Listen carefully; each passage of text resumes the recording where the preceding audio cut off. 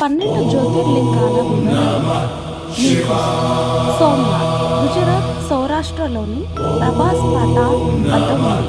ఇది మొదటి జ్యోతిర్లింగం. చంద్రుడు సోముడు శివుడిని పూజించి తన శాపాన్ని విముక్తి చేసుకున్న ప్రదేశం.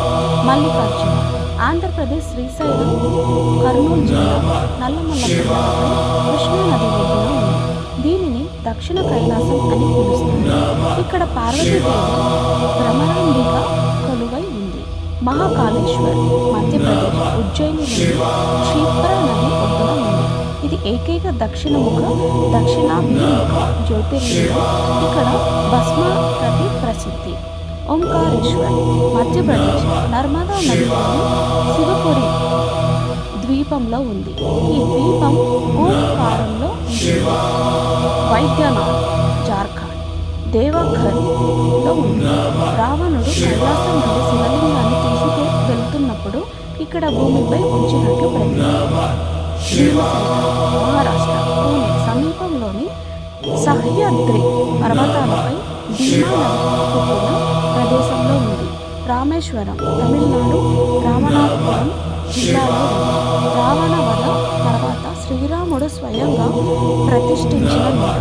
నాగేశ్వర్ గుజరాత్ ద్వారకా సమీపంలోని దారుకావనంలో ఉంది. ఇది దారుకావన్ నాగేశ్వరుడిగా కూడా పిలువబడుతుంది. కాశీ విశ్వనాథ్ ఉత్తరప్రదేశ్ వారణాసిలోని గంగా నది ఒడ్డున ఉంది. దీనిని అవిముక్త క్షేత్రం అని కూడా పిలుస్తారు. త్రయంబకేశ్వర్ మహారాష్ట్ర నాసిక్ సమీపంలోని బ్రహ్మగిరి పర్వతం వద్ద గోదావరి నది ఒడ్డున ఉంది. కేదార్నాథ్ ఉత్తరాఖండ్ హిమాలయాలలోని మందాకిని నది ఒడ్డున 3585 మీటర్ల ఎత్తులో ఉంది.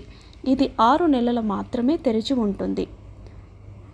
కృష్ణేశ్వర్ మహారాష్ట్ర ఔరంగాబాద్ ఎల్లోరా గుహలో సమీపంలో ఉంది.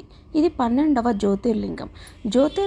ఈ 12 జ్యోతిర్లింగాల వివరాలు మీకోసం.